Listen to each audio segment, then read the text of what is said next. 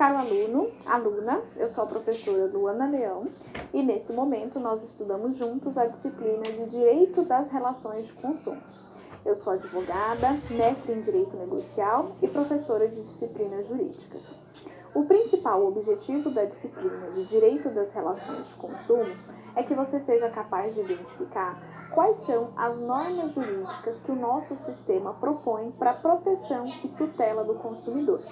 As relações de consumo, ou seja, aquelas que envolvem um fornecedor, um consumidor e que têm como objeto um produto ou um serviço, são nutridas de normas de tutela, são nutridas de prerrogativas e garantias direcionadas ao consumidor, já que essas relações contam com a vulnerabilidade do consumidor.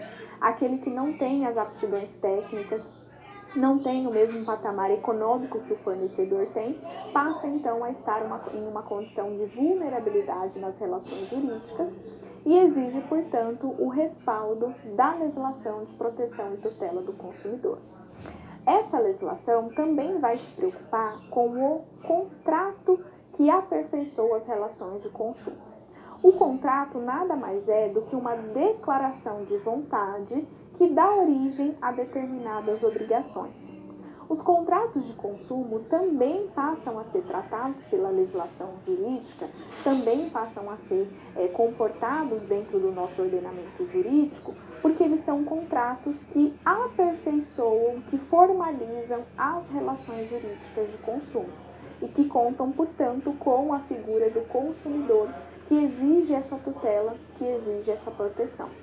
A ideia de contrato como manifestação de vontade vai ser objeto do nosso estudo na aula de hoje e também as práticas abusivas, condutas que podem ser adotadas pelo fornecedor antes da celebração do contrato ou no curso, no desenvolvimento do contrato, que são vedadas pela nossa legislação e que têm caráter abusivo. Mas antes disso, é preciso que a gente contextualize o nosso estudo com dois questionamentos essenciais. Vamos acompanhar através do nosso material quais são esses questionamentos. Vejam, o que torna os contratos de consumo diferente das demais espécies de contratos? E mais, os contratos celebrados virtualmente possuem alguma regulamentação especial? Quando nós falamos dos contratos de consumo e o que torna esses contratos diferentes dos demais, nós temos a resposta da figura do consumidor. Os contratos de consumo, aqueles que são realizados entre fornecedores e consumidores, eles são diferentes das demais espécies de contratos, porque as partes que estão contratando entre si não estão numa posição de equilíbrio, não estão numa posição de igualdade. A aptidão técnica, econômica que o fornecedor tem sobre aquele determinado produto ou serviço coloca ele em uma condição de vantagem em relação ao consumidor. E para equilibrar essa situação de desvantagem natural dessa relação, nós temos uma série de normas jurídicas que vão ser aplicadas aos contratos de consumo com vistas a trazer um patamar mínimo de garantias para os consumidores. Além disso, os contratos de consumo, inclusive aqueles que são celebrados virtualmente, aqueles que se originam do comércio eletrônico, do e-commerce, eles vão possuir algumas limitações em relação a essa declaração de vontade. Nem tudo que o consumidor efetivamente aceitar será considerado parte desse contrato e produzirá efeitos. Diferente dos demais contratos, nós temos uma certa flexibilização, nós temos uma certa redução na esfera de autonomia privada das partes, na esfera de autonomia da vontade. Porque algumas cláusulas, alguns itens não poderão ser retirados, outros não poderão ser incluídos em um contrato, porque ele perfaz um contrato de consumo e porque existem normas de ordem pública previstas em lei que disciplinam o conteúdo desse contrato.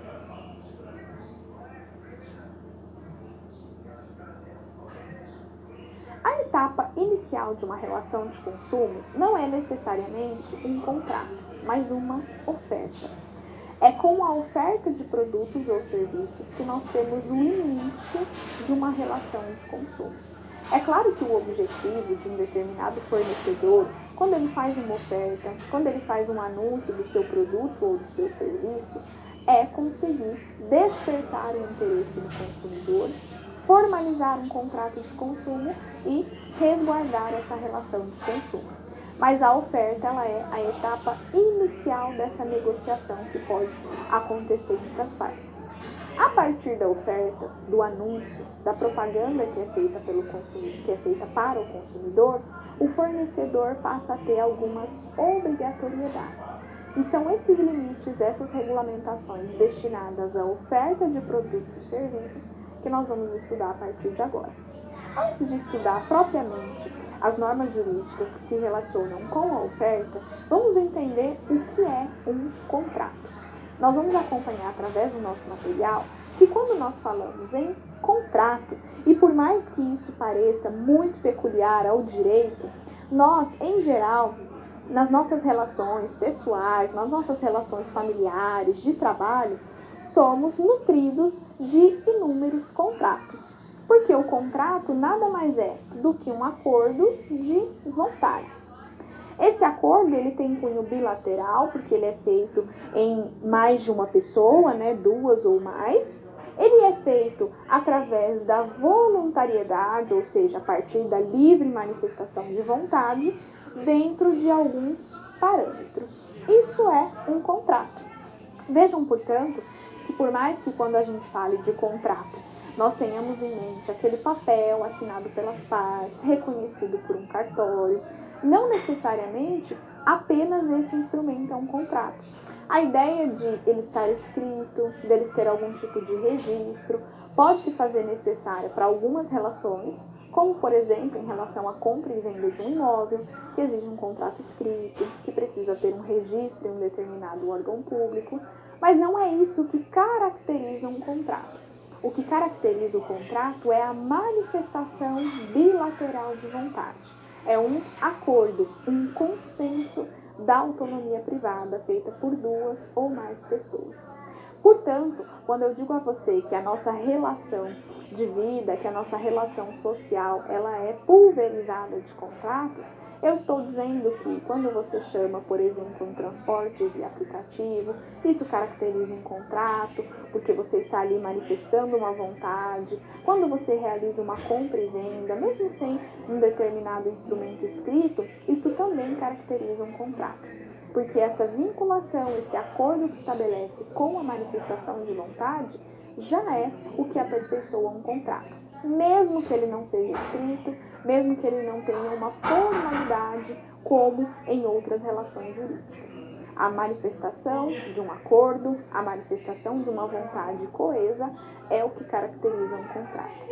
E nas relações de consumo, esse contrato ele se aperfeiçoa a partir de uma declaração que ainda não é bilateral, mas que é unilateral, que é a oferta. Vamos acompanhar através do nosso material que a oferta nada mais é do que uma declaração inicial que visa a realização de um contrato. A oferta é, assim, portanto, um ponto de partida para uma relação jurídica. Para que nós tenhamos uma oferta que dá origem a um contrato, essa proposta que é feita pelo fornecedor, ela precisa ser aceita, né? Ela precisa ter a anuência do consumidor. E aí aquela declaração de vontade que era inicialmente unilateral, passa agora a ter um conteúdo bilateral, a um acordo que traduz um contrato. Então a oferta ela é o ponto de partida de uma relação jurídica, de uma relação contratual.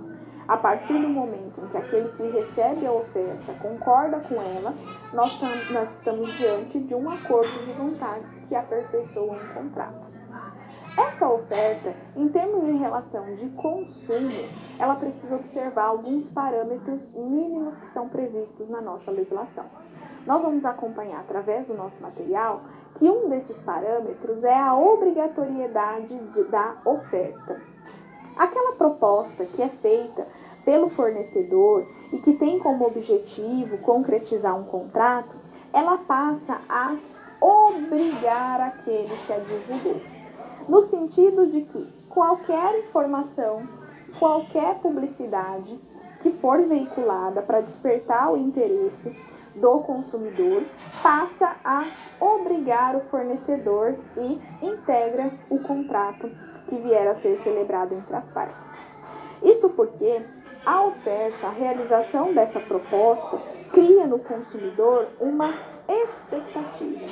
E o fornecedor que deu origem a essa proposta precisa ser capaz de cumprir essa expectativa. Precisa ser capaz de entregar ao consumidor, no momento em que esse contrato se aperfeiçoa, exatamente aquilo que ele prometeu através da sua oferta. Por isso é importante ter tanto cuidado com o anúncio de produtos e com o anúncio de serviços que vai ser veiculado, porque todas aquelas informações obrigam o fornecedor. O preço, as características, os prazos, as condições daquele produto ou serviço que foram veiculadas na oferta passam a ser desempenhadas de maneira obrigatória pelo fornecedor, porque são essas informações que criam uma expectativa no consumidor.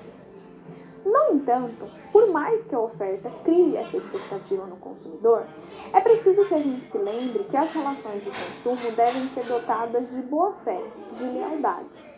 O que significa dizer que os dois sujeitos que fazem parte dessa relação precisam externalizar essa boa-fé, tanto o fornecedor quanto o consumidor. E em razão dessa boa-fé, existe uma exceção nessa obrigatoriedade da oferta. Essa exceção é o que nós conhecemos como erro grosseiro. Nós vamos conhecer através do nosso material no quadro que toda vez que aquela determinada oferta contiver um erro grosseiro que puder ser facilmente identificado pelo consumidor, o fornecedor não está obrigado a cumprir aquela oferta, porque a boa-fé do consumidor faz com que ele possa identificar que ali existe um erro grosseiro. Se você estiver, por exemplo, diante de um anúncio de um veículo a R$1, é possível que você tenha condições de desconfiar que existe um erro nessa oferta, que aquele determinado preço não é compatível com aquele produto. E, portanto, aquela oferta não será de caráter obrigatório ao fornecedor. Fora dessa exceção, nós temos o critério de vinculação da oferta ao fornecedor. Vamos acompanhar através do nosso material que a vinculação da oferta ao fornecedor significa que aquela publicidade que prometeu determinadas condições não pode retirar nenhum item, nenhum elemento de um futuro contrato. O contrato que vai ser estabelecido entre consumidor e fornecedor precisa estar diretamente vinculado à oferta que foi realizada. E em razão disso, é preciso que essa oferta traga informações claras, precisas, em língua portuguesa e de fácil compreensão sobre as características e as condições daquele determinado produto ou serviço. Quando nós estivermos falando de uma oferta eletrônica, o artigo 33 do Código de Defesa do Consumidor estabelece que ela deve constar com o nome do fabricante, o seu endereço na embalagem e também em todos os impressos que eventualmente possam ser utilizados naquela determinada negociação, para fazer com que o consumidor tenha a possibilidade de identificar de maneira simples e fácil quem é o fornecedor que veiculou aquela oferta.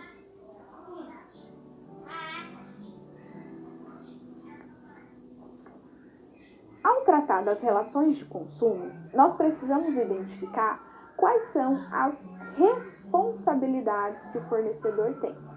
O fornecedor, aquele que participa de qualquer das etapas de colocação de um produto ou de um serviço na esteira do mercado, na esfera de consumo, ele atrai para si uma responsabilidade em relação àquele produto, em relação àquele serviço, uma responsabilidade pelas obrigações contratuais que foram estabelecidas dentro dessa relação. E quem vai disciplinar quais são as responsabilidades do fornecedor é o Código de Defesa do Consumidor, que perfaz a principal fonte legislativa do sistema de proteção e defesa do consumidor. Ao tratar da responsabilidade do fornecedor, nós vamos acompanhar através do nosso material que a primeira dessas responsabilidades, dessas incumbências que o fornecedor tem, diz respeito à reposição. Toda vez que um determinado fornecedor, que um determinado ente dessa cadeia de produção de bens e serviços coloca um produto ou um serviço de natureza durável, ou seja, que não se extingue em relação ao uso, os fabricantes e os importadores devem assegurar durante o período de fabricação e após o final da fabricação, durante um prazo razoável, as peças de reposição. É preciso, portanto, que o fornecedor se responsabilize por, além de colocar determinado produto ou serviço no mercado, que ele tenha também ciência da obrigatoriedade de colocar no mercado também as peças de reposição que eventualmente esses bens, que eventualmente esses produtos possam exigir ao longo da sua utilização. As peças de reposição devem estar à disposição do consumidor durante todo o prazo de fabricação daquele determinado produto e após a finalização desse prazo durante um razoável período, preservando assim a utilização daquele produto pelo consumidor. Além da obrigação da responsabilidade pela reposição, nós temos uma outra incumbência que é direcionada ao fornecedor de produtos e serviços. Vamos conhecer essa responsabilidade através do nosso material, que vai nos apresentar que o consumidor tem a responsabilidade de maneira solidária. Isso significa dizer que o consumidor pode exigir o cumprimento pelo fornecedor daquela oferta, daquelas determinadas condições que foram veiculadas, mesmo que os atos que originem essas condições sejam feitos pelos seus prepostos ou pelos seus representantes, especialmente em decorrência do princípio da reparação integral. Isso significa dizer que todo aquele que fala em nome do fornecedor atrai para o fornecedor a responsabilidade pelo cumprimento das informações veiculadas. Os gerentes, os prepostos, aqueles representantes que falem em nome do fornecedor, atraem em relação ao consumidor a responsabilidade do fornecedor. Aquele que repassa informações ao consumidor atrai a responsabilidade para o fornecedor de produtos e serviços. Em relação a essas responsabilidades, nós temos uma previsão específica também na nossa regulamentação jurídica sobre a recusa de oferta. Nós vamos acompanhar agora, através do nosso material, um mapa mental que nos traz essa informação. Vejam, toda vez que o fornecedor não cumprir, ou seja, se recusar a cumprir a sua oferta dentro das condições que foram veiculadas, o consumidor passa a ter 3 opções. Essas opções são opções do consumidor. A ele cabe fazer a avaliação livre de qual delas faz mais sentido dentro de um determinado contexto. E quais são essas opções? O consumidor pode exigir do fornecedor o cumprimento forçado da obrigação nos termos em que ela foi veiculada. O consumidor pode optar por aceitar um produto ou um serviço equivalente, ou ainda ele pode optar pela rescisão do contrato e a devolução integral do valor que foi pago. Nesse cenário, o consumidor pode optar, portanto, pelo encerramento do vínculo jurídico com o fornecedor e devolução integral do que foi pago, já que o fornecedor não foi capaz de cumprir a sua oferta. Em geral, no âmbito das relações do consumo, essas ofertas caracterizam, elas finalizam um contrato de consumo. E os contratos de consumo, em geral, são chamados contratos de adesão. Nós vamos acompanhar através do nosso material que o contrato de adesão é aquele que é estabelecido pelo fornecedor sem que o consumidor possa discutir ou alterar as cláusulas, alterar o seu conteúdo. Esses contratos devem ser privados de clareza, ou seja, devem conter termos claros e legíveis. A nossa legislação impõe o tamanho da fonte, no mínimo, em tamanho 12, para facilitar a compreensão do consumidor. E toda vez que o contrato de adesão tiver uma cláusula limitativa, ou seja, impor alguma restrição ao consumidor, essa cláusula deve ser inserida com destaque, de maneira fácil de visualização e de facilitada interpretação, para que o consumidor possa ter clareza em quais são as condições limitativas, quais são as condições restritivas que abarcam esse tipo de contrato.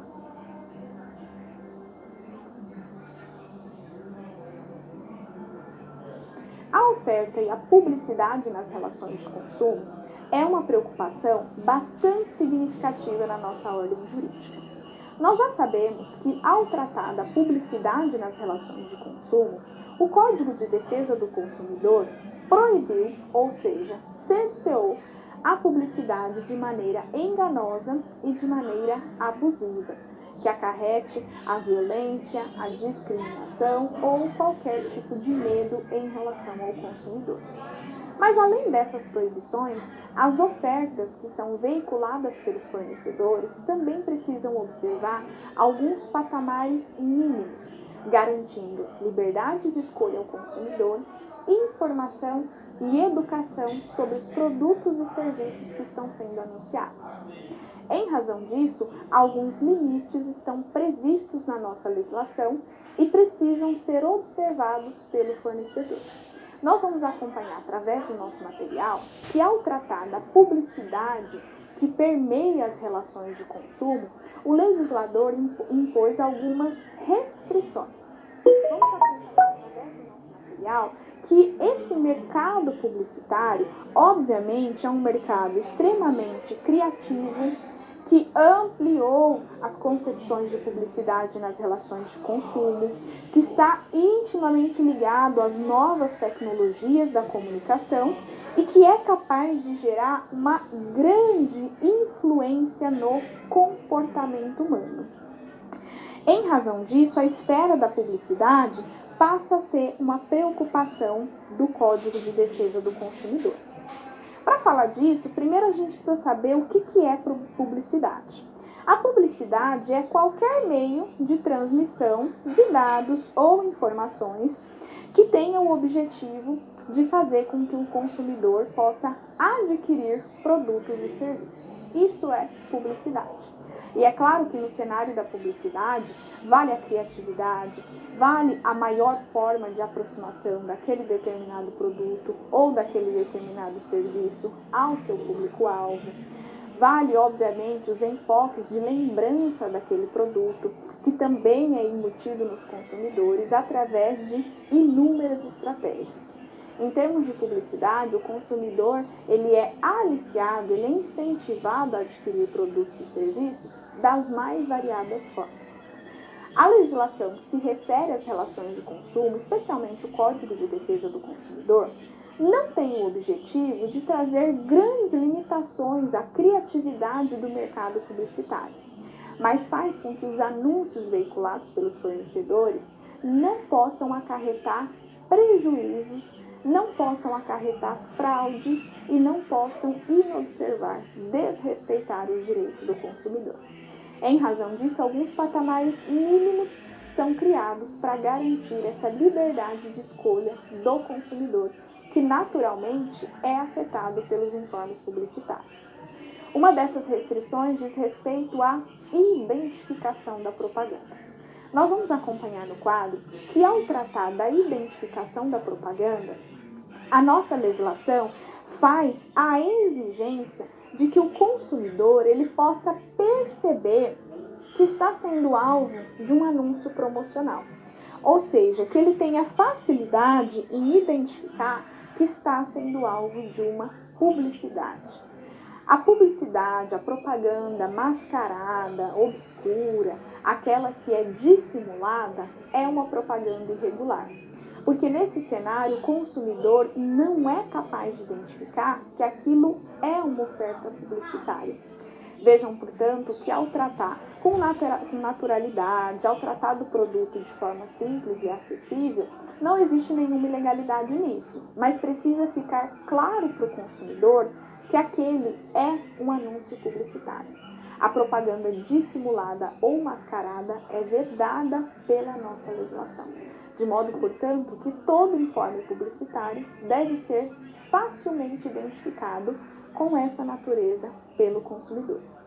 Além disso, as informações que constam nos anúncios publicitários devem ser dotadas de transparência.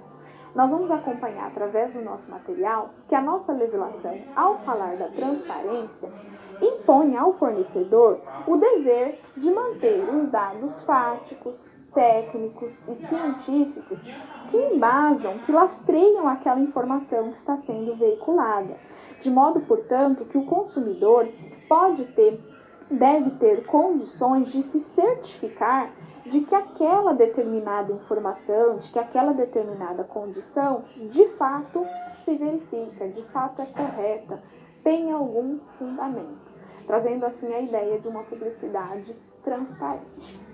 No entanto, a nossa legislação não tem o objetivo de cercear a criatividade no âmbito do mercado publicitário. E também não visa impedir que o comportamento dos consumidores, especialmente aliados ao desejo na aquisição de produtos e serviços, não venha a ser um fator preponderante no mercado publicitário. Em razão disso, não é caracterizada como ilegal aquela publicidade do exagero. Nós vamos acompanhar no quadro que essa publicidade do exagero, conhecida também como a técnica de puffing, nada mais é do que aliar a um determinado produto ou serviço adjetivos de exagero, como o melhor produto do mercado, o mais bonito, o mais desejado. Não se caracteriza como irregular a publicidade que tenha essa conotação de exagero nas qualidades de produto. O puffing é caracterizado como uma licença publicitária, como uma autorização natural para o mercado publicitário, até porque ele é possivelmente identificado pelo consumidor, que sabe que não significa que aquele é o melhor produto do mundo, mas que o fornecedor assim o caracteriza. Portanto, aliar essas expressões exageradas a uma determinada publicidade não caracteriza uma propaganda ou uma publicidade irregular. Nós vamos acompanhar através do nosso vídeo que toda vez que uma determinada publicidade for veiculada, ela necessariamente passa por um controle administrativo, que em geral é feita pelo CONAR, o Conselho Nacional de Autorregulamentação Publicitária. Esse controle pode impor uma contrapropaganda. Toda vez que nós verificarmos uma propaganda irregular, o infrator, o fornecedor que não atendeu aos requisitos básicos daquela propaganda, pode ser obrigado a veicular uma contrapropaganda com as informações corretas e verídicas sobre aquele determinado produto ou serviço, e com a identificação de que se trata de um anúncio publicitário.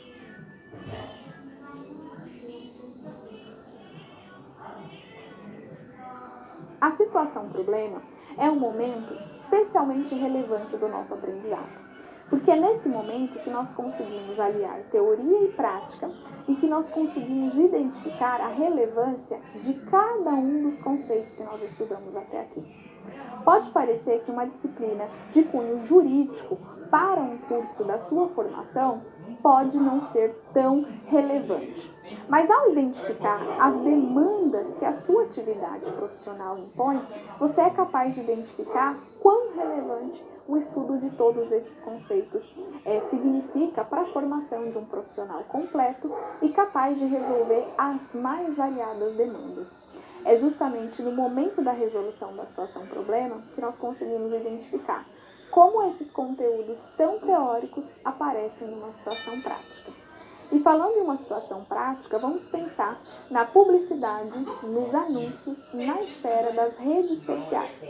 Nós sabemos que o crescimento das redes sociais foi bastante significativo em todo o mundo, especialmente no Brasil nos últimos anos, e que o marketing digital se tornou uma fonte atrativa para a obtenção de clientes, para a atração de consumidores. Mas é preciso que o marketing que se desenvolve em ambiente virtual, nas redes sociais, seja compatível com as normas de proteção e tutela do consumidor. E tendo em mente a importância desse momento no nosso aprendizado, vamos acompanhar através do nosso material a descrição da nossa situação-problema. Vejam, considere que você é responsável pelo marketing digital de uma influencer em uma determinada rede social. Em decorrência do engajamento que essa blogueira ganhou nas redes sociais, ela passou a receber propostas para anunciar em seu perfil inúmeros produtos, especialmente ligados a uma alimentação saudável e a um estilo de vida mais tranquilo. Em uma dessas propostas, a empresa anunciante solicitou que o seu produto alimentício fosse divulgado pela influencer como um produto de seu uso diário, mas sem destacar que se tratava de um anúncio publicitário, e com a verbalização de que esse era o produto dos sonhos para uma vida mais saudável. Diante desse cenário, como responsável pelo marketing digital e com domínio acerca das normas jurídicas sobre a publicidade nas relações de consumo, elabore um parecer sobre a estratégia de marketing e sua legalidade. Vejam que essa situação-problema nos apresenta um cenário cada vez mais constante no mercado de marketing digital. Trabalhar com figuras que angariam o engajamento dos usuários em uma determinada rede social para divulgar produtos, para divulgar serviços. Como se esses produtos ou esses serviços fizessem parte do cotidiano daquela determinada influencer, vulgarmente ou popularmente conhecida aí como blogueira, e trazendo assim um destaque para aquele determinado produto. Nossa legislação não proíbe esse tipo de prática publicitária. A criatividade no anúncio e na forma como a oferta chega ao consumidor é extremamente ampla e variada, desde que o consumidor tenha condições de identificar que se trata de um anúncio publicitário e que ele traga informações transparentes e claras sobre esse determinado produto. Num cenário como esse que nós nos deparamos nessa situação-problema, é preciso que a gente identifique alguns itens que nos auxiliam a construção de um parecer para essa situação. Nós vamos acompanhar através do nosso material quais são os itens que precisam fazer parte do nosso estudo. Vejam, ao tratar de um determinado produto nas redes sociais, nós temos a caracterização de uma oferta. Essa oferta, caracterizada aí como a propaganda, a publicidade, não é vedada no nosso ordenamento jurídico. Mas esses informes publicitários, esses anúncios, precisam ser identificáveis pelo consumidor. Por quê? Porque a publicidade mascarada, também chamada de publicidade dissimulada, é uma prática vedada do nosso ordenamento jurídico. Ao receber uma determinada propaganda, uma determinada publicidade, o consumidor ele deve ter a garantia de que tem conhecimento de que se trata de um anúncio publicitário, de que sabe que essa é uma propaganda de um determinado produto ou serviço. Em razão disso, o parecer que nós precisamos construir precisa ser avaliado, precisa ser formatado do ponto de vista de dois aspectos que nós somos capazes de identificar em um cenário como esse. Vamos acompanhar agora, através do nosso material, a resolução da nossa situação-problema. Vejam, em seu parecer você deve explorar dois aspectos da proposta de anúncio publicitário recebida pela influencer.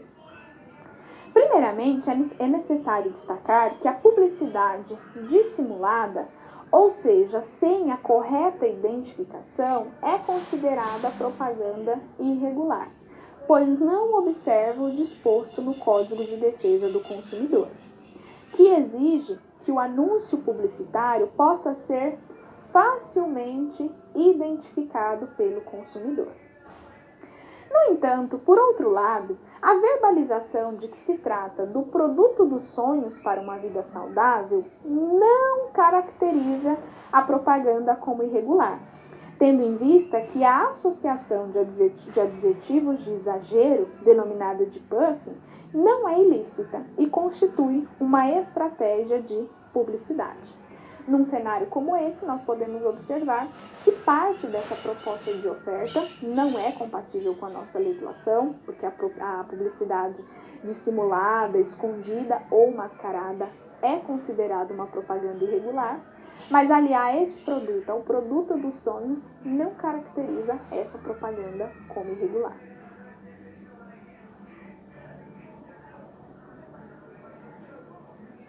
O nosso momento de interação nos permite fazer alguns questionamentos sobre os conteúdos que nós estudamos até aqui, especialmente para que a gente possa problematizar algumas questões. Ao tratar dos contratos de consumo, especialmente essa palavrinha contrato, do ponto de vista jurídico, nós somos levados a acreditar que os contratos exigem uma formalização específica e que as declarações de vontade que não tenham essa informação não são consideradas válidas. Em razão disso, eu quero que vocês observem, através do nosso material, um questionamento específico sobre os contratos de consumo. Vejam, os contratos de consumo precisam ser sempre escritos. Nós necessariamente temos a indicação de que os contratos de consumo precisam ser firmados, precisam ser formalizados de maneira escrita? Não. A nossa legislação não obriga que os contratos sejam escritos. Quando você vai de manhã até a padaria comprar os pães para o seu café de manhã, faz o pagamento disso no caixa e volta para casa, você acabou de estabelecer um contrato de consumo, mesmo que ele não esteja escrito, mesmo que ele não esteja formalizado. Portanto, a nossa legislação não exige que todos os contratos de consumo sejam escritos, mas considerando que em alguns casos é o fornecedor que precisa comprovar as condições em que aquela negociação se deu, é interessante que os contratos sejam escritos, até para preservar uma segurança jurídica entre as partes.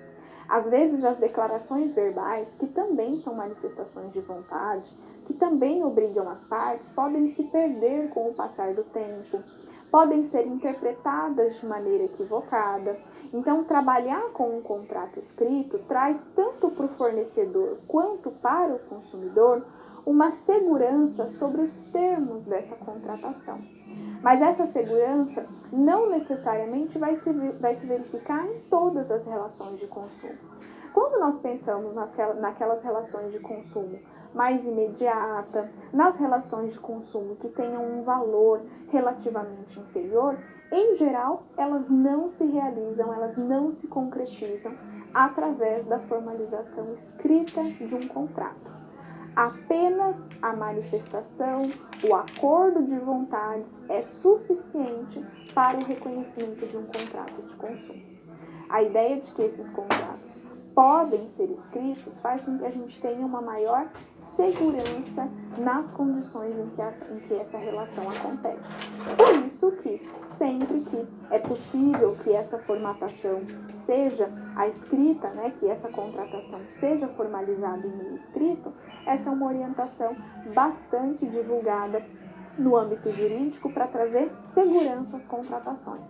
Mas isso não significa que as declarações de vontade que são feitas através das mais variadas formas de comunicação não sejam capazes de concretizar um contrato nas relações de consumo. O que caracteriza um contrato de consumo é a manifestação, o acordo de vontades entre fornecedor e consumidor, tendo como objeto um produto ou um serviço.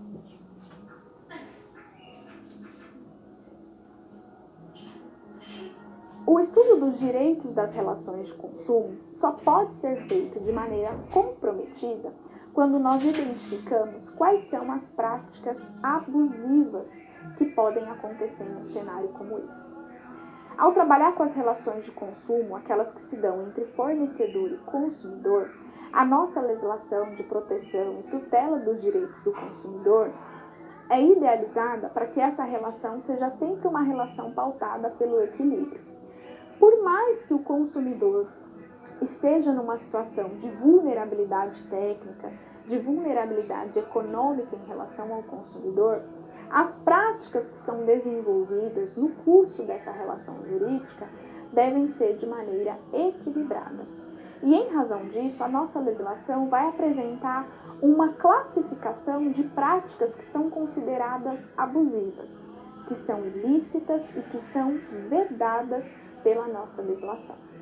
Antes de conhecer cada uma dessas práticas abusivas, nós vamos acompanhar através do nosso material um mapa mental em que nós temos a explicação de por que essas práticas são consideradas abusivas. Vejam, toda vez que o consumidor ele for alvo da superioridade técnica e econômica do fornecedor, toda vez que o fornecedor tirar uma vantagem dessa superioridade, nós temos a ocorrência de uma prática abusiva.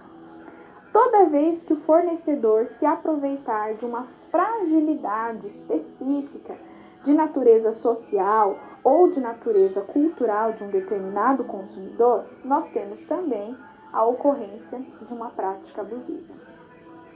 Se houver nas práticas comerciais violação dos usos e costumes que são próprios do comércio, nós também teremos a caracterização de uma prática abusiva. E se o fornecedor optar por modificar as cláusulas contratuais, modificar o que foi negociado com o consumidor sem a sua anuência, sem a sua nova manifestação de vontade, nós também verificaremos uma prática abusiva. Dessa forma, todas as espécies de práticas abusivas que nós vamos conhecer a partir de agora vão estar diretamente relacionadas com um desses 4 cenários, vão estar classificadas em um desses 4 grandes grupos de práticas abusivas. Uma dessas práticas abusivas, que é corriqueiramente realizada por fornecedores que não estão comprometidos com a proteção do consumidor, é a prática da venda casada. Nós vamos conhecer através do nosso material que a venda casada é o condicionamento pelo fornecedor de um determinado produto ao fornecimento de outro produto ou outro serviço, ou a exigência de uma quantidade específica para a aquisição daquele produto ou daquele determinado serviço.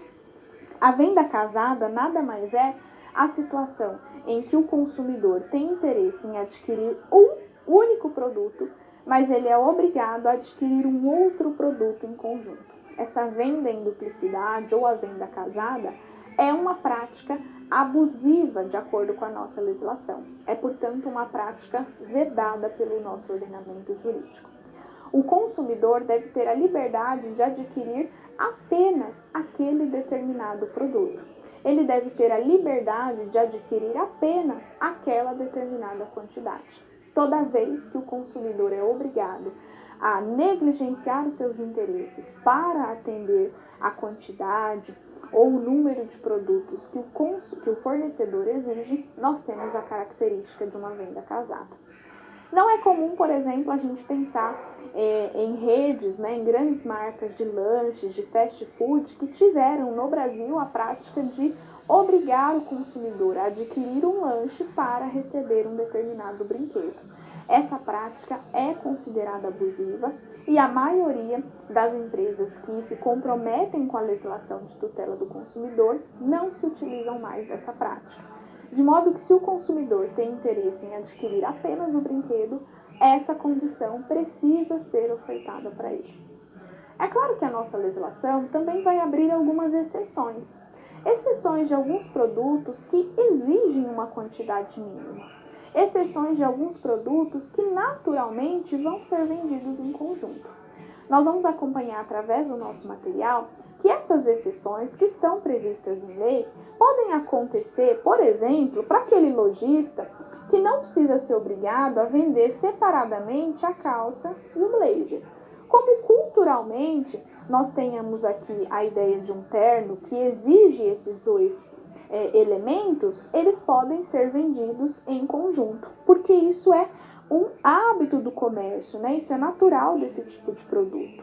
Não necessariamente o consumidor precisa ter a garantia de adquirir apenas um copo de refrigerante, né? Existem as quantidades e ele deve adquirir ou uma lata, uma garrafa menor, uma garrafa de 1 litro, de 2 litros, mas porque essas quantidades são habitualmente praticadas no mercado.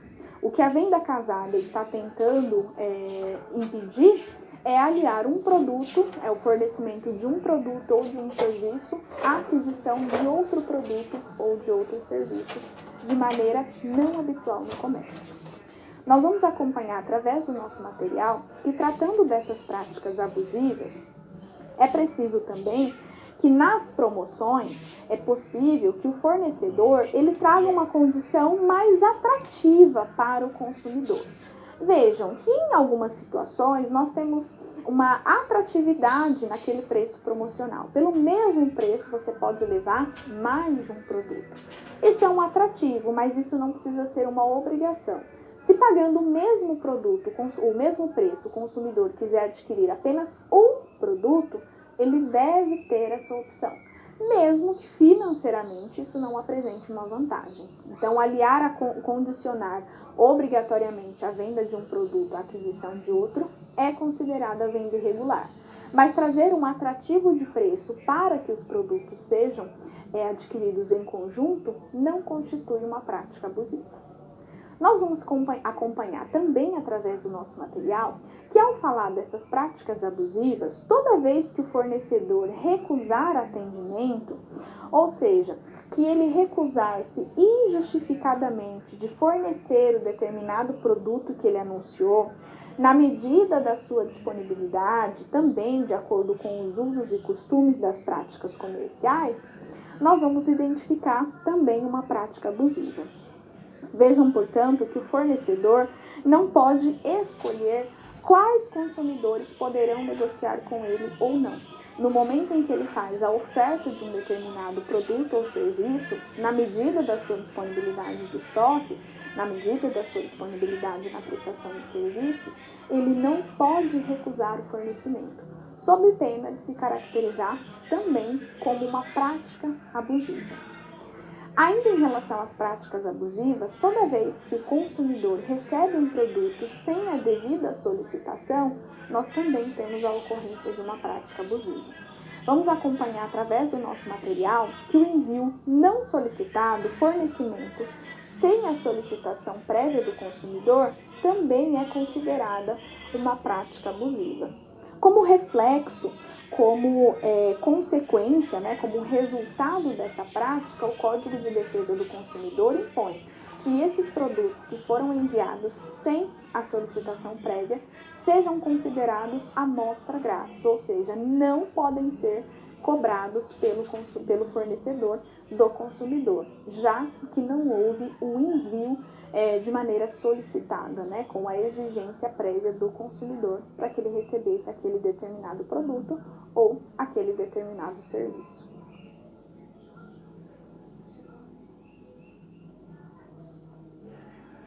No estudo das práticas abusivas, é preciso que a gente reconheça que todas elas são pensadas à luz de um critério específico. Esse critério diz respeito à hipossuficiência do consumidor. Nós vamos acompanhar através do nosso material que, ao falar da hipossuficiência do consumidor, sempre que em uma determinada situação o fornecedor se deparar com um consumidor que seja especialmente vulnerável, ele não pode se aproveitar dessas condições para vender ou para ofertar os seus produtos e serviços. Isso acontece em vários âmbitos e a nossa legislação não vai fazer uma previsão de todas as situações em que o consumidor está vulnerável, está hipossuficiente de maneira específica, de maneira peculiar. Essa avaliação vai ser feita caso a caso. Mas nós temos sim normas que impedem a utilização ou a oferta de produtos para consumidores idosos, por exemplo, através de contratação por telefone, porque são consumidores que exigem, em algumas situações, atenção maior, que exigem mais informações sobre determinados produtos. Então, o nosso regramento jurídico vai fazer com que nessas situações específicas, aquele consumidor que se aproveitou de uma vulnerabilidade excessiva, de um consumidor extremamente simples, de um consumidor que teve algum equívoco em relação às informações que foram repassadas, seja considerado como praticante de maneira abusiva, esteja avaliando, esteja atuando no mercado de maneira abusiva, de maneira ilícita e proibida pela nossa legislação. E nessa mesma esteira, toda vez que o fornecedor estiver em vantagem excessiva, ou seja, toda vez em que ele configurar uma vantagem extremamente onerosa ao consumidor, nós também vamos ter a identificação de uma prática de natureza abusiva.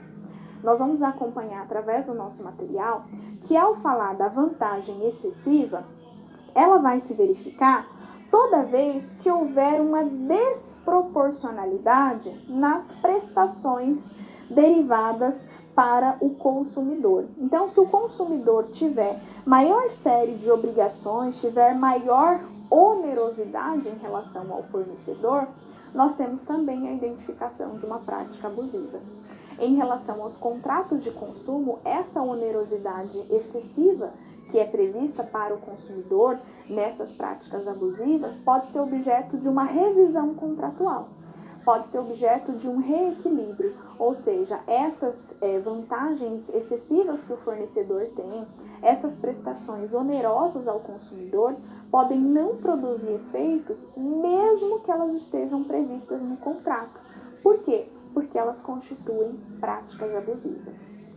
Em relação às práticas abusivas, é preciso também que a gente reconheça que toda vez que o fornecedor estiver limitando ou estiver restringindo a liberdade do consumidor, nós precisamos reconhecer uma prática abusiva.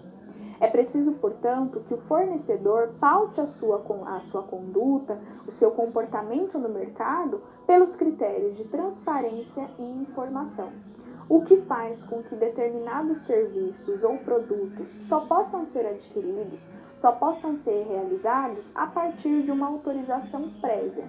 É o que nós chamamos de dever de prestar o orçamento antes da realização de serviços. Nós vamos acompanhar através do nosso material que a nossa legislação faz a exigência de que o consumidor tenha a possibilidade de receber um orçamento com a descrição dos serviços e os preços desses respectivos serviços antes de que o serviço seja realizado.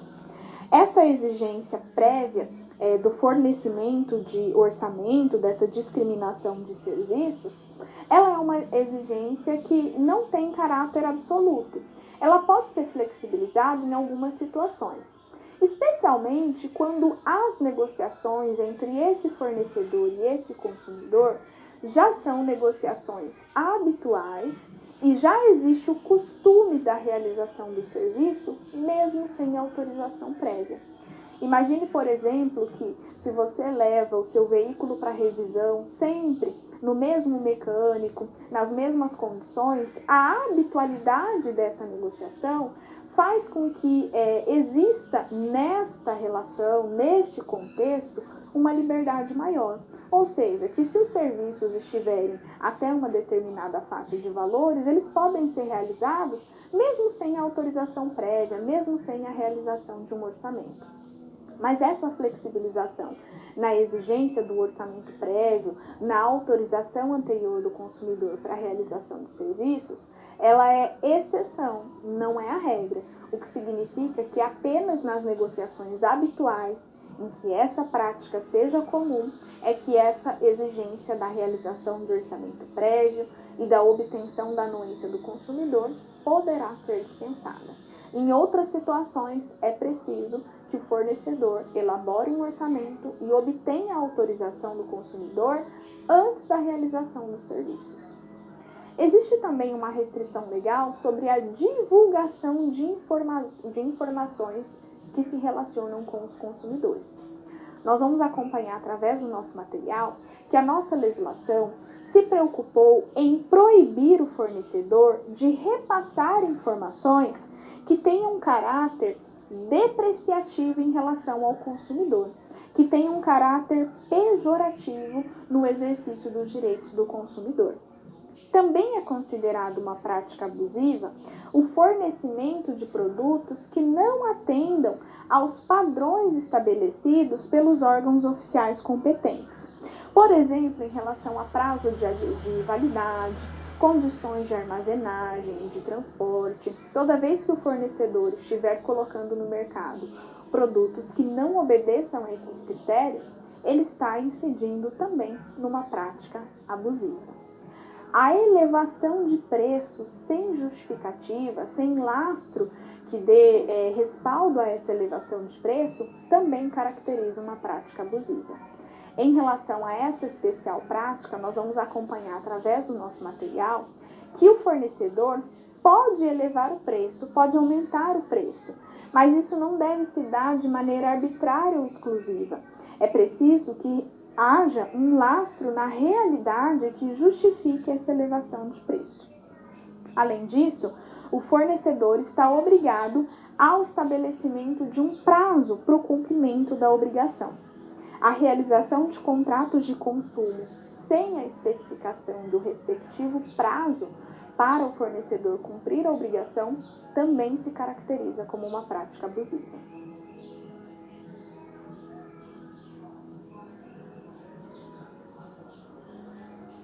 As relações de consumo, naturalmente, dão origem a um impacto relacionado ao crédito. Em especial porque, na maioria das vezes, o consumidor está adquirindo um produto e, para isso, está fazendo o pagamento de uma remuneração. Está adquirindo um determinado serviço e, para isso, está fazendo o pagamento de um determinado preço.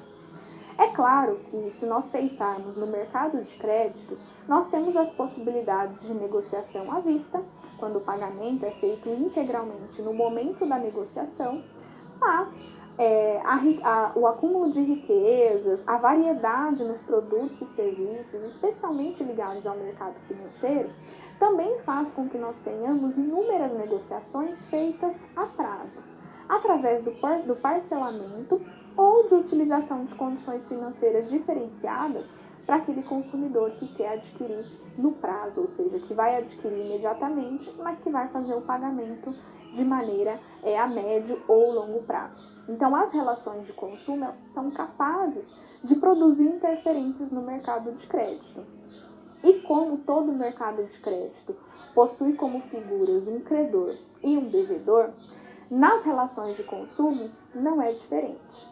E esse credor, aquele que tem um determinado crédito para ser recebido, ele precisa ter a observância da sua prerrogativa de efetuar a cobrança da sua dívida. Nós vamos acompanhar através do nosso material que quando nós falamos de cobrança da dívida, nós precisamos reconhecer aqui um direito do credor. Vejam, portanto, que se o credor é um fornecedor, ele pode realizar suas cobranças, ele pode realizar a cobrança dos seus créditos, mas o modo como essa cobrança é realizado é disciplinado em lei. E toda vez que houver um descumprimento desse modo de cobrança, nós vamos identificar a ocorrência de um abuso de direito.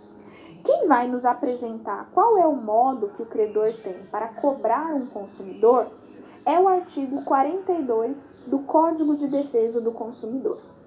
O artigo 42 do Código de Defesa do Consumidor tem a seguinte redação: na cobrança de débitos, o consumidor inadimplente não será exposto ao ridículo, nem será submetido a qualquer constrangimento ou ameaça. De modo, portanto, que o consumidor pode ser objeto de cobrança, porque isso é um direito do credor, mesmo que esse credor seja um fornecedor, mas essa cobrança não pode ser vexatória, não pode expor o consumidor ao ridículo, a qualquer tipo de constrangimento ou a qualquer ameaça. Portanto, o fornecedor efetuar a cobrança dos seus créditos, das suas dívidas, não é uma prática ilegal, mas o modo como essa cobrança é feita se contraria os limites do artigo 42 do Código de Defesa do Consumidor, pode ser considerado uma cobrança ilícita e dar origem à responsabilização do ponto de vista material e do ponto de vista moral. E por falar na responsabilização pela cobrança das dívidas, a legislação do consumidor impõe um cuidado especial para o fornecedor que vai realizar a cobrança de dívidas. Aquele fornecedor que entende que tem um crédito aberto e que deve cobrar esse crédito, deve estar atento ao valor, à sua data de vencimento, aos consumidores que serão alvos dessa cobrança. Porque se houver alguma cobrança indevida, se o consumidor efetuar um pagamento indevido, nasce um direito que nós chamamos de repetição do indébito. Nós vamos acompanhar através do nosso material que quando nós falamos de repetição do indébito, significa a devolução em dobro do valor que o consumidor tiver pago em excesso, do valor que o consumidor pagou de maneira indevida, inclusive com acréscimo de correção monetária e de juros. Vejam, portanto, que toda vez que o consumidor tiver pago uma quantia em excesso, tiver pago uma quantia de maneira irregular, o fornecedor é obrigado a devolver em dobro, por isso, repetição do indébito, o valor que foi pago de maneira equivocada pelo consumidor. Além dessa forma de cobrança que não expõe o consumidor ao ridículo, que não caracterize nenhum constrangimento, a nossa legislação impõe também um dever de identificação nas cobranças. Nós vamos acompanhar através do nosso material que, ao falar da identificação, todos os documentos de cobrança que sejam encaminhados ao consumidor, eles devem constar com o nome, o endereço, inscrição de CPF ou CNPJ daquele fornecedor que está realizando a cobrança, de modo, portanto, que o consumidor tenha condições fáceis de identificar quem está realizando aquela determinada cobrança. Não tem como a gente falar sobre a cobrança de dívidas no âmbito das relações de consumo sem que a gente pense naqueles arquivos de dados que são famosos, né? Os famosos bancos de dados, os famosos arquivos de dados dos consumidores, em que os fornecedores podem incluir o nome de um determinado consumidor numa lista de mal pagadores em cadastros de restrição de crédito. E para falar sobre isso, nós vamos acompanhar através do nosso material um mapa mental em que nós temos a diferenciação de dois tipos de arquivos de consumo. Nós temos aqui os bancos de dados e os cadastros de dados. Os bancos de dados, eles são obtidos pelo fornecedor e eles são destinados ao mercado de crédito. São os famosos cadastros de restrição ao crédito. Os cadastros de dados, eles são dados que são fornecidos pelo próprio consumidor e que não tem como destinatário o mercado, mas tem como destinatário o próprio fornecedor.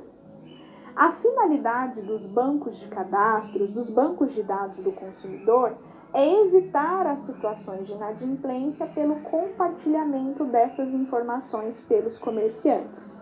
E isso não é uma prática ilícita. Portanto, as listas de mal pagadores, os cadastros de inadimplentes não são consideradas uma prática abusiva, desde que a inserção do nome daquele consumidor naquele tipo de cadastro, naquele tipo de banco de dados, tenha sido feita de maneira regular, com uma dívida regular que já está vencida e dentro do seu respectivo prazo.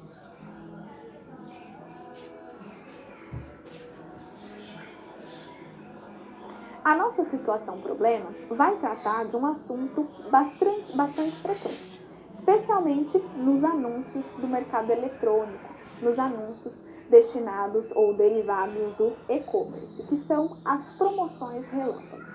Aquelas promoções que têm condições bastante atrativas para os consumidores, que têm um prazo curto de duração e que com isso visam angariar inúmeros clientes, que são atraídos pelo preço mais baixo ou pelas condições mais facilitadas de pagamento.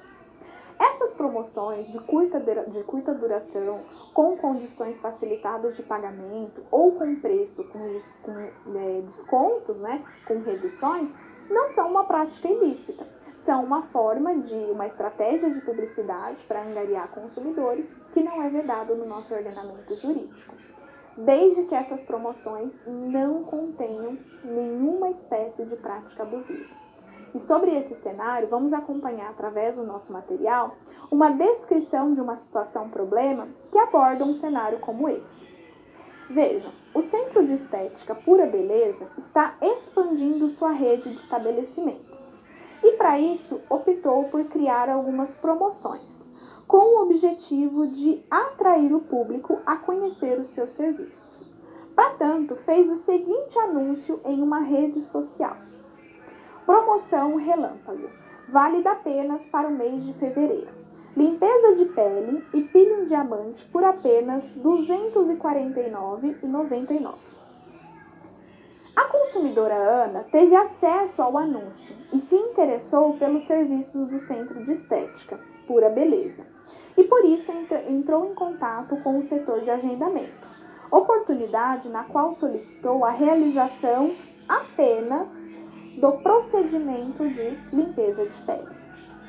No entanto, o setor de agendamento do Centro Estético informou a Ana que não havia disponibilização apenas do procedimento de limpeza de pele, mas a disponibilização conjunta do procedimento de limpeza de pele e peeling diamante.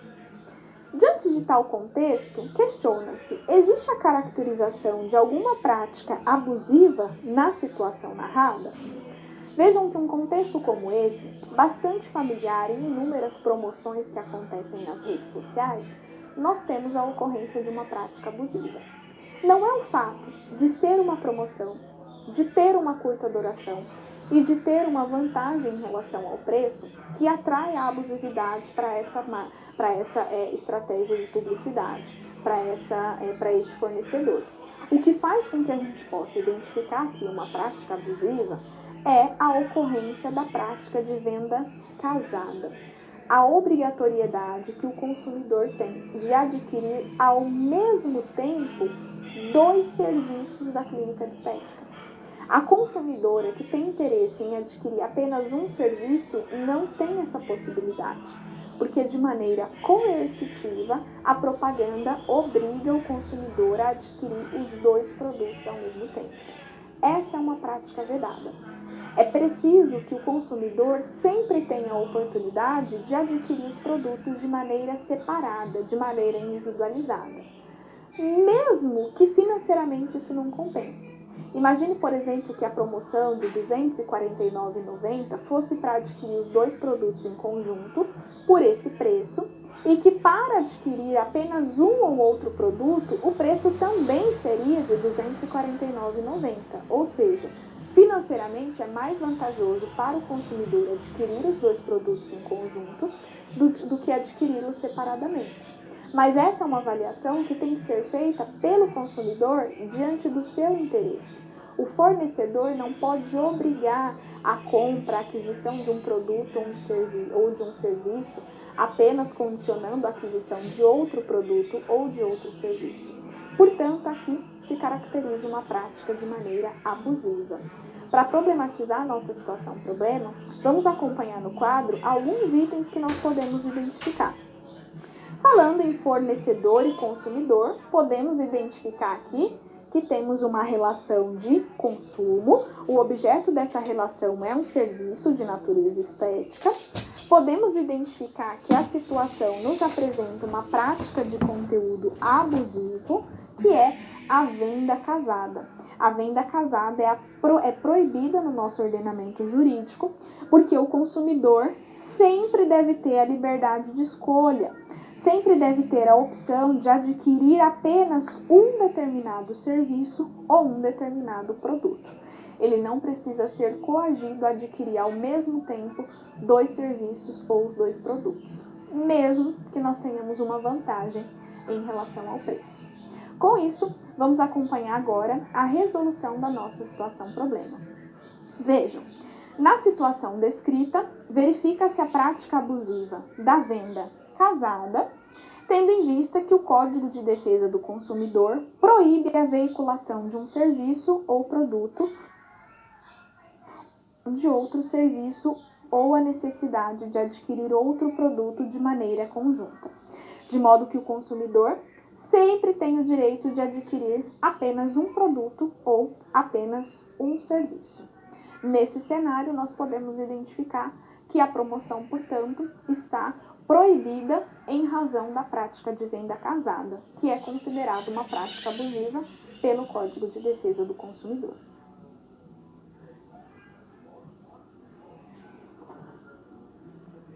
Um momento de interação na nossa teleaula nos permite questionar e especialmente relacionar alguns dos conteúdos que nós estudamos até aqui com demandas que fazem parte da sua atuação profissional. Nesse cenário, vamos acompanhar através do nosso material o seguinte questionamento: em que consiste a inversão do ônus da prova que é prevista no Código de Defesa do Consumidor e quais as suas vantagens para a tutela do consumidor? Vejam, em que consiste a inversão do ônus da prova que é prevista no Código de Defesa do Consumidor e quais são as suas vantagens para a tutela do consumidor. Para entender a inversão do ônus da prova, que é um direito previsto no Código de Defesa do Consumidor como uma garantia de tutela ao consumidor, nós precisamos identificar o cenário em que nós tenhamos um consumidor que foi de alguma maneira lesado, que teve um dano ocorrido por um determinado produto, por um determinado serviço, pela conduta adotada por um fornecedor. Toda pessoa, não só consumidor e não só nas relações de consumo, mas toda pessoa que tiver alguma lesão aos seus direitos poderá propor uma ação judicial para a reparação dessas lesões, para o ressarcimento desses prejuízos. É o que nós chamamos de inafastabilidade da jurisdição. O Poder Judiciário deve receber qualquer lesão ou qualquer ameaça de lesão aos direitos que uma pessoa tem. Ao propor uma ação judicial, aquele que nós chamamos de autor de um processo, aquele que está iniciando um processo judicial, ele tem o ônus de comprovar as suas alegações. Ele precisa convencer o Poder Judiciário, na figura de um juiz de direito, de que aquela situação de fato ocorreu e de que aquilo de fato consiste numa lesão ou numa ameaça a um direito seu. É isso que nós chamamos de ônus da prova. Aquele que alega deve provar. Essa é a regra geral de todos os processos judiciais no nosso ordenamento jurídico. Mas essa regra encontra uma flexibilização quando o processo judicial, quando esse processo trate de uma relação de consumo. Nas relações de consumo, o consumidor, tido como parte hipervulnerável, tido como parte hipossuficiente, nem sempre tem condições de comprovar a sua alegação. Por quê? Porque ele não tem os conhecimentos técnicos exigidos para isso, porque ele não tem as condições econômicas e jurídicas que fazem com que ele possa ter acesso aos elementos de prova para demonstrar suas alegações. Nesse cenário, sempre que se verificar a hipossuficiência técnica do consumidor para comprovar suas alegações e a verossimilhança das suas alegações, ou seja, a razoabilidade daquilo que o consumidor está apresentando em um processo judicial, nós temos a inversão do ônus da prova, como um direito do consumidor garantido através do artigo 6º, inciso 8º do Código de Defesa do Consumidor. Nesse cenário, nós vamos inverter o ônus da prova, porque o autor deste processo, que é o consumidor, não precisa fazer provas das suas alegações, mas é o fornecedor, réu neste processo, que precisa comprovar que aquele serviço não possui nenhum defeito, não possui nenhum vício, que ele foi prestado de maneira regular, que aquele determinado produto está em condições de uso, que não tem também a necessidade do fornecimento de garantia, que o consumidor não sofreu nenhum tipo de dano que exija reparação. Por isso nós falamos em inversão do ônus da prova. porque no lugar do consumidor comprovar suas alegações de que foi efetivamente lesionado, de que foi efetivamente prejudicado, nós temos o fornecedor com o ônus da prova negativa, comprovar que o consumidor não foi prejudicado, que não há nenhum determinado defeito, que não há nenhum determinado vício. O direito de inversão do ônus da prova não é absoluto, ou seja, ele não vai acontecer em todas as situações, mas apenas nas situações em que a gente identifique a hipossuficiência técnica do consumidor e a razoabilidade nas alegações que ele faz em um determinado processo judicial.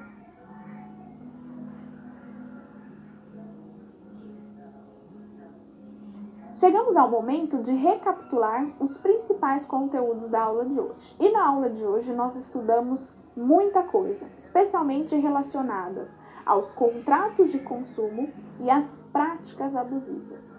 Quando nós falamos em contrato, muito além daquela visão formalizada de um contrato escrito e registrado em um determinado órgão público, o que nem sempre é natural das relações jurídicas de consumo, ao tratar do contrato de consumo, nós estamos fazendo referência à manifestação, ao acordo de vontades entre consumidor e fornecedor, tendo como objeto um produto ou um determinado serviço. Isso é um contrato de consumo. Esse contrato de consumo, o desenvolvimento dessas relações jurídicas, possui alguns limites previstos, que são as práticas abusivas, práticas que são vedadas pelo nosso ordenamento jurídico. Nós vamos acompanhar agora, através do nosso material, os principais conteúdos da aula de hoje.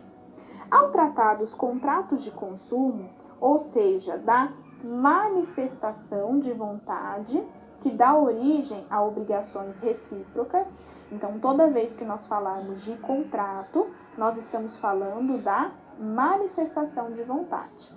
É um contrato de consumo porque essa manifestação de vontade se dá entre consumidor e fornecedor.